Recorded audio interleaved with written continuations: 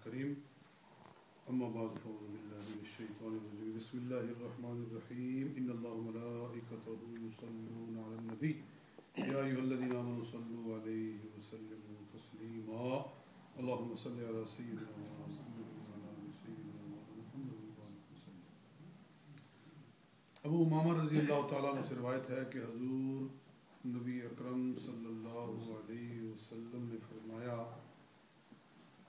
عرض علی ربی لیجعل لی بطحا مکہ ذہبا، اللہ تعالیٰ نے مجھے اس بات کی اجازت دی یا مجھے اس بات کی پیشکش کی کہ وہ سرزمین مکہ کو میرے لیے سونا بنا دے.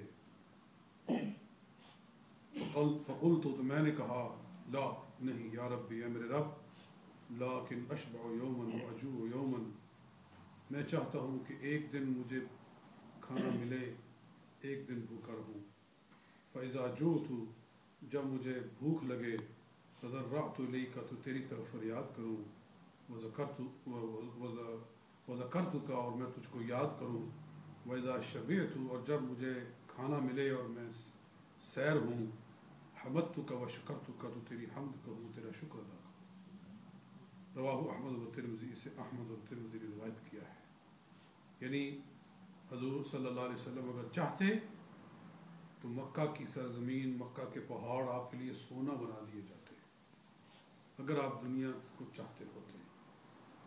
اور ایک اور بھی حدیث ہے کہ آپ نے فرمایا اگر میں چاہوں تو احد پہاڑ میرے لیے سونا بنا دیا جائے.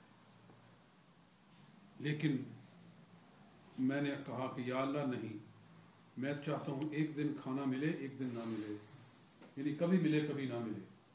جب ملے تو میں تیری حمد کہوں، تیرا شکر ادا کروں، اور جب نہ ملے تو میں تیری طرف فریاد کروں، تجھے یاد کروں. کہ آدمی کو جب تکلیف پہنچتی ہے تو اپنے اللہ کو زیادہ یاد کرتا ہے. یہ حضور صلی اللہ علیہ وسلم کی زندگی ہے.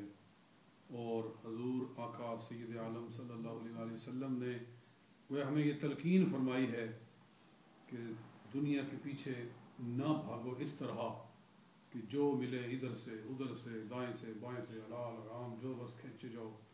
نہیں، بلکہ صبر سے کام لو، جتنا اللہ تعالیٰ دے اس پر صبر کرو. حضور چاہتے تو سارا مکہ آپ کے لیے سونا بن جاتا، مگر آپ نے نہیں پسند فرمایا. آپ نے یہی پسند فرمایا. اس سے میں پتہ چلا کہ حضور کا جو فقر تھا، حضور کے پاس ظاہری طور پر جو پیسہ نہیں تھا، حضور کے گھروں میں کئی دفعہ کئی دن تک چولہا نہیں جلتا تھا. یہ نبی اکرم صلی اللہ علیہ وسلم کا فقر یہ مجبوری کا نہیں تھا، اپنے اختیار کا تھا.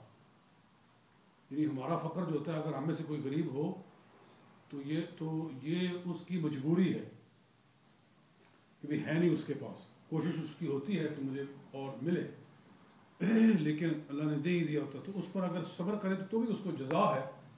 مگر کیا شان ہے ہمارے آقا جناب رسول اکرم صلی اللہ علیہ وسلم کی کہ آپ کا فقر اضطراری مجبوری کا فقر نہیں تھا، خود فقر کو پسند کر کے بیٹھے ہوئے تھے، پسند کر کے اس کو اپنے گویا کہ سینے سے لگایا ہوا تھا، تاکہ امت کو اس بات کا درس دیا جائے کہ مال کے پیچھے آنکھیں بند کر کے دوڑنا نہ شروع کر دیں. اللہ ہمیں سرکار کی ان باتوں پہ عمل کی توفیق عطا فرمائے. ایک اور حدیث کی ساتھ میں سنا کے ختم کرتا ہوں. عبید اللہ بن محسن رضی اللہ تعالیٰ عنہ فرماتے ہیں کہ حضور رسول اللہ صلی اللہ علیہ وسلم نے فرمایا جو تم میں سے اس حالت میں صبح کرے کہ اس کی جان سلامت ہو، معافن فی جسد ہی، اس کا بدن درست ہو، یعنی ہاتھ پاؤں اس کے ٹھیک ٹھاک ہوں، کوئی ایسی تکلیف نہ ہو. اندہ قوت یوم ہی، اور اس دن کا کھانا بھی اس کے پاس ہو. فَكَأَنَّمَا حِيزَتْ لَهُ الدُّنْيَا بِحَذَافِيرِهَا، یوں سمجھے کہ ساری دنیا میرے پاس اکٹھی ہو گئی ہے، بس اتنا اس کو بہت ہے. ایسے سمجھے کہ ساری دنیا میرے پاس ہے. اس دن کا کھانا بھی ہے اور جسم بھی اس کا ٹھیک ہے، بیماری بھی کوئی نہیں ہے۔ اگر اللہ تعالیٰ اتنا رکھے کہ دن کا کھانا مل لے اور خدا بدن میں سلامتی رکھے تو یہ دنیا کی سب سے بڑی نعمت۔ اللہ تعالیٰ ہمیں ایسی ہی سوچ عطا فرما دے۔